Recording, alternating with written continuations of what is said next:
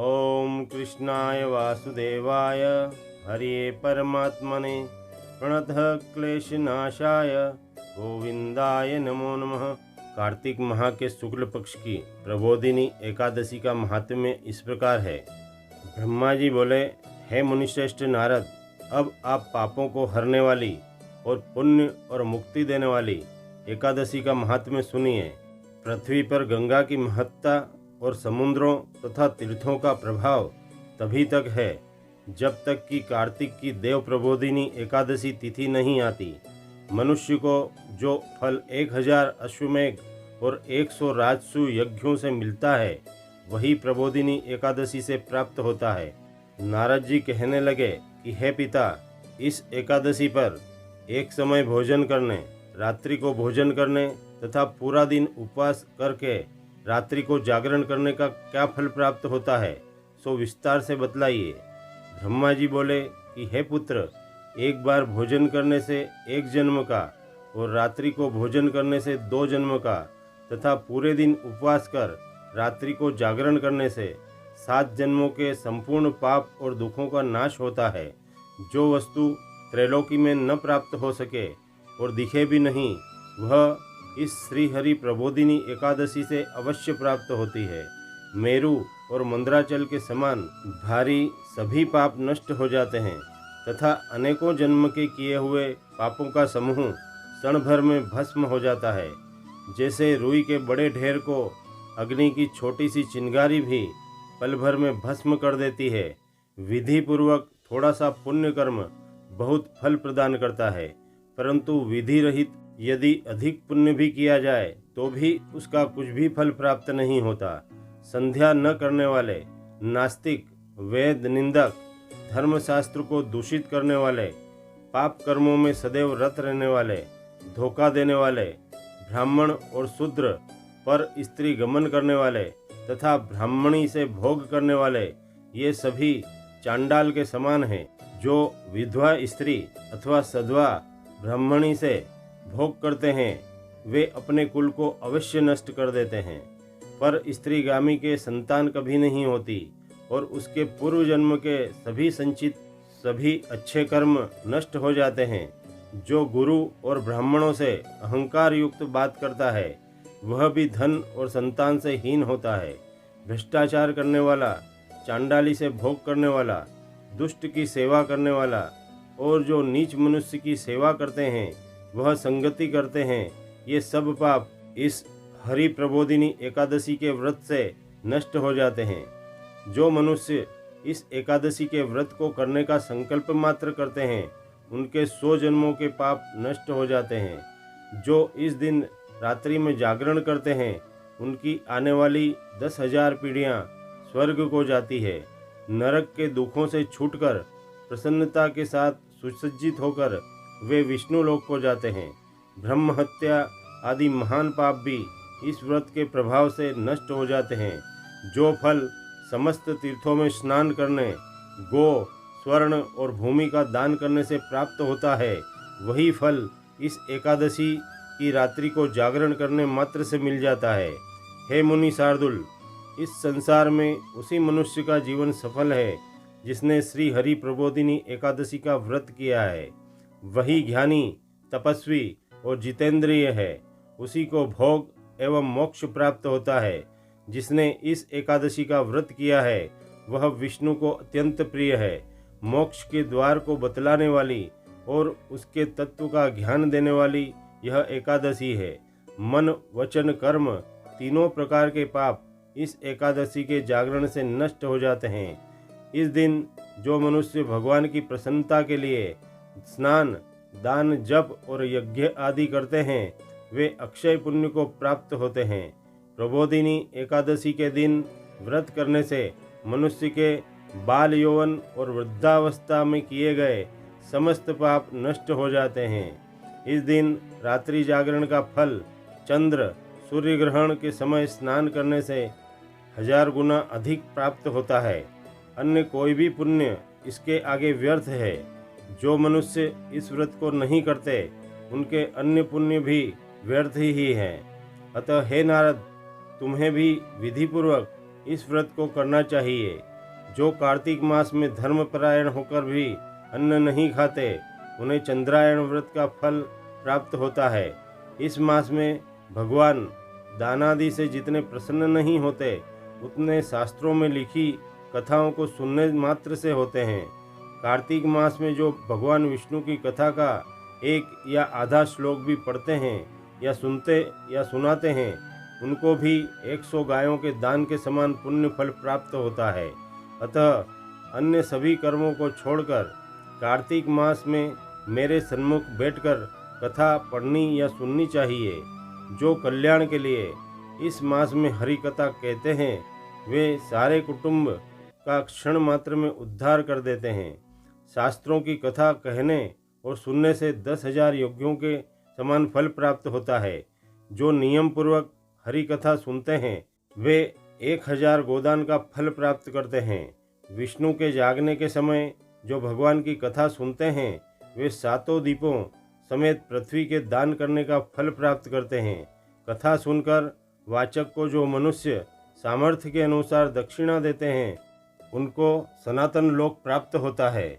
ब्रह्मा जी की यह बात सुनकर नारद जी ने कहा कि हे भगवान, इस एकादशी के व्रत की विधि हमसे कहिए और बतलाइए कि कैसे व्रत किया जाना चाहिए।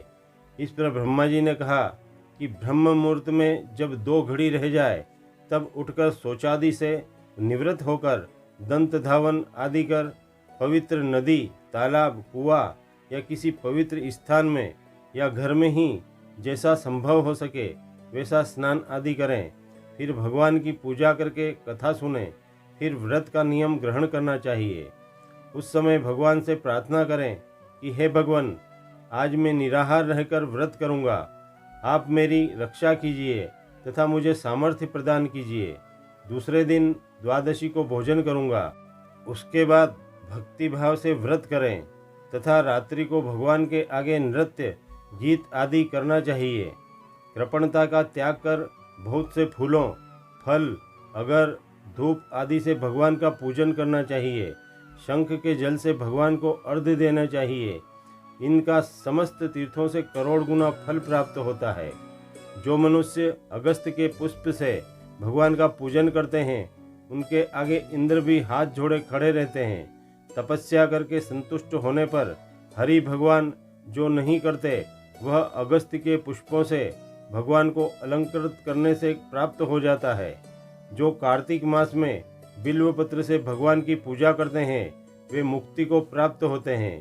कार्तिक मास में जो तुलसी से भगवान का पूजन करते हैं, उनके 10,000 जन्मों के पाप नष्ट हो जाते हैं। तुलसी दर्शन करने, स्पर्श करने, कथा कहने, नमस्कार करने, तुलसी को स्तुति करने, तुलसी का रोपण करने, तुलसी को जल सींचने और प्रतिदिन पूजन और सेवा आदि करने से 1000 करोड़ युग पर्यंत विष्णु लोक में निवास करते हैं। जो तुलसी का पौधा लगाते हैं, उनके कुटुंब से उत्पन्न होने वाले प्रलय काल तक विष्णु लोक में निवास करते हैं। हे नारद, तुलसी के रोपण का महत्व बहुत अधिक है। रोपी हुई तुलसी की जड़ें जितना विस्तार करती है, उतना ही तुलसी रोपण करने वाले सुकृति जीव का बौद्धिक और आध्यात्मिक विस्तार होता है। जिस मनुष्य की रोपी हुई तुलसी की शाखा, प्रशाखा, बीज और फल पृथ्वी पर बढ़ते हैं, उतने ही कुल जो बीत गए हैं और जो होंगे 2000 कल्प तक विष्णु लोक में निवास करते हैं। जो कदम्ब के पुष्पों से श्री हरि की इस कार्तिक मास में पूजन करते हैं, वे भी कभी यमराज को नहीं देखते। जो गुलाब के पुष्पों से भगवान का पूजन किया करते हैं, उन्हें मुक्ति अवश्य प्राप्त होती है।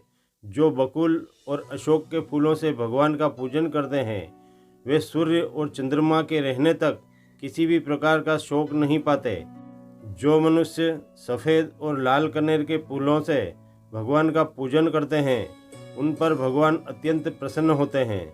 और जो भगवान पर आम की मंजरियाँ चढ़ाते हैं, वे करोड़ों गायों के दान का फल प्राप्त करते हैं।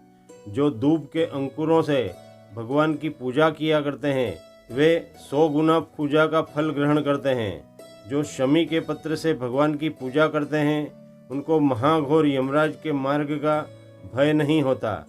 जो भगवान को चंपा के फूलों से पूजते हैं, वे फिर संसार में नहीं आते, अर्थात उनका जन्म नहीं होता। केतकी के पुष्प चढ़ाने से करोड़ों जन्म के पाप नष्ट हो जाते हैं। पीले रक्त वर्ण के कमल के पुष्पों से भगवान का पूजन करने वाले को श्वेत दीप में स्थान मिलता है। इस प्रकार रात्रि को भगवान का पूजन कर प्रातःकाल होने पर नदी पर जाएं और वहां स्नान कर जप तथा प्रातःकाल के कर्म करके घर पर आकर विधि पूर्वक श्री केशव का पूजन करें। व्रत की समाप्ति पर विद्वान ब्राह्मणों को भोजन करवाएं और दक्षिणा देकर क्षमा याचना करें। इसके पश्चात भोजन, गाय और दक्षिणा देकर गुरु का पूजन करके ब्राह्मणों को दक्षिणा दें और जो भी वस्तु व्रत के प्रारंभ में छोड़ने का आपने नियम किया है वह ब्राह्मणों को दे दें।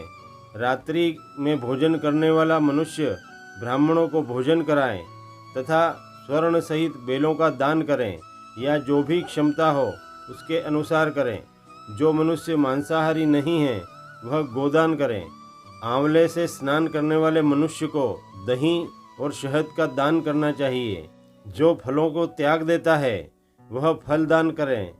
तेल छोड़ने से धृत और धृत छोड़ने से दूध, अन्न छोड़ने से चावल का दान किया जाता है। इसी प्रकार जो मनुष्य भूमि पर शयन का व्रत लेते हैं उन्हें शय्यादान करना चाहिए। साथ ही तुलसी सब सामग्री सहित देना चाहिए। पत्ते पर भोजन करने वाले को सोने का पत्ता धृत सहित चढ़ाना चाहिए। मौन व्रत धारण करने वाले को ब्राह्मण और ब्राह्मणी को धृत तथा मिठाई का भोजन कराना चाहिए। बाल रखने वाले को दर्पण, जूता छोड़ने वाले को एक जोड़ जूता, लवण अर्थात नमक का त्याग करने वाले को शर्करा, मंदिर में दीपक जलाने वाले को तथा नियम लेने वाले व्रती को समाप्ति पर ताम्र अर्थात स्वर्ण के पत्र पर धृत और बत्ती रखकर विष्णु भक्त ब्राह्मण को दान करना चाहिए। एकांत व्रत में 8 कलश वस्त्र और स्वर्ण से अलंकृत करके दान करना चाहिए।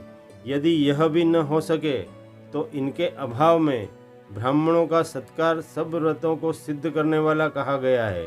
इस प्रकार ब्राह्मण को प्रणाम करके विदा करें।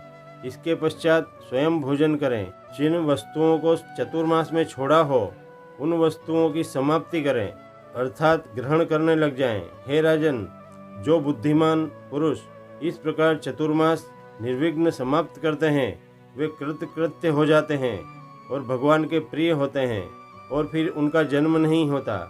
यदि व्रत भ्रष्ट हो जाए तो व्रत करने वाला कोढ़ी या अंधा हो जाता है। भगवान कृष्ण कहते हैं कि हे राजन, जो तुमने पूछा था वह सब मैंने बतलाया।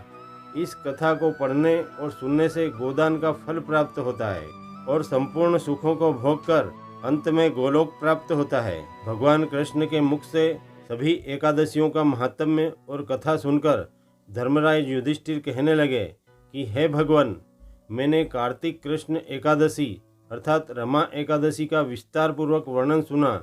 अब आप कृपा करके मुझे कार्तिक माह के शुक्ल पक्ष की एकादशी के विषय में भी बतलाइए। इस एकादशी का नाम क्या है तथा इसके व्रत का विधान क्या है, इसकी विधि क्या है, इसका व्रत करने से किस फल की प्राप्ति होती है, कृपा कर सब विधान पूर्वक कहिए।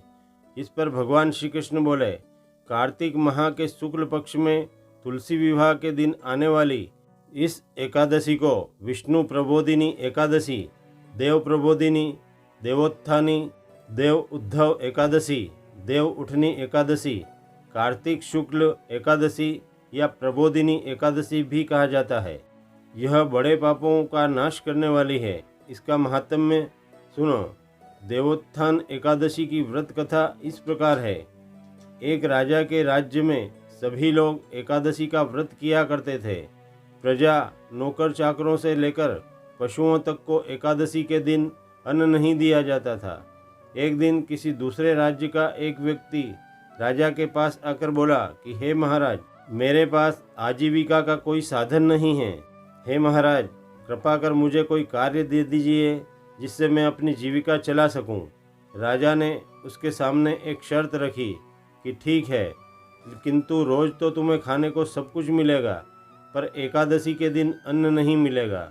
उस व्यक्ति ने उस समय तो हाँ कर ली, पर एकादशी आने पर जब उसे फलाहार का सामान दिया गया तो वह राजा के सामने जाकर गिड़गिड़ाने लगा कि हे राजन, इससे मेरा पेट नहीं भरेगा, मैं भूखे ही मर जाऊंगा, कृपा कर मुझे अन्न दे दीजिए। राजा ने जब उसे शपथ याद दिलाई तब वह अन्न छोड़ने को तैयार नहीं हुआ। तब राजा के आदेश पर उसे आटा, दाल, चावल आदि दिए गए। वह व्यक्ति नित्य की भांति नदी पर पहुंचा और स्नान कर भोजन पकाने लगा। जब भोजन बन गया तो वह भगवान को बुलाने लगा कि हे भगवान, आइए, भोजन तैयार है, कृपा कर ग्रहण करें।